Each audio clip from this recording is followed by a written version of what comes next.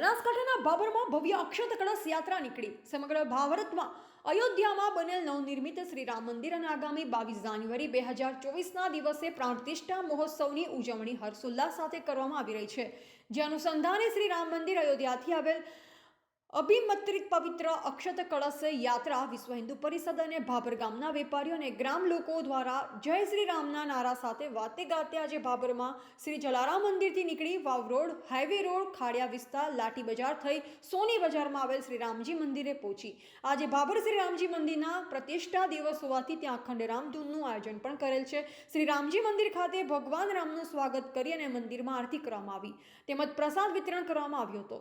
અક્ષત કળશ યાત્રામાં ગામના લોકો, ગૌપ્રેમી ભક્તો, ગામના વેપારી આગેવાનો, ભાભર નગરપાલિકા પ્રમુખ ખૂબ મોટી સંખ્યામાં જોડાયા હતા।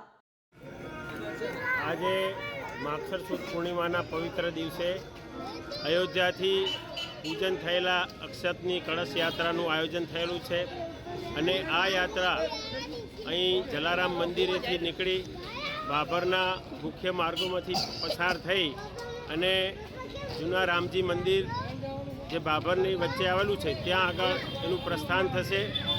આ શ્રી રામ તીર્થ ક્ષેત્ર ટ્રસ્ટ દ્વારા જે ભગવાન રામનું ભવ્ય અને દિવ્ય મંદિર અયોધ્યાની અંદર બની રહ્યું છે અને આવનારી 22મી જાન્યુઆરીના રોજ આપણા માનનીય વડાપ્રધાન શ્રી અને પૂજનીય સંતોની ઉપસ્થિતિમાં એની પ્રાણ પ્રતિષ્ઠા થવાની છે।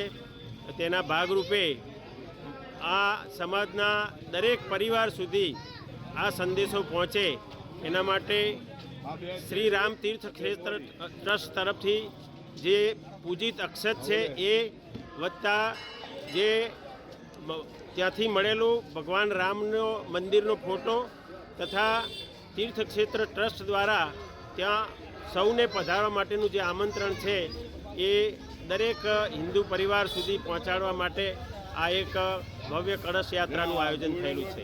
રિપોર્ટર સુનિલભાઈ ગોકલાણી, ભાભર, બનાસકાંઠા।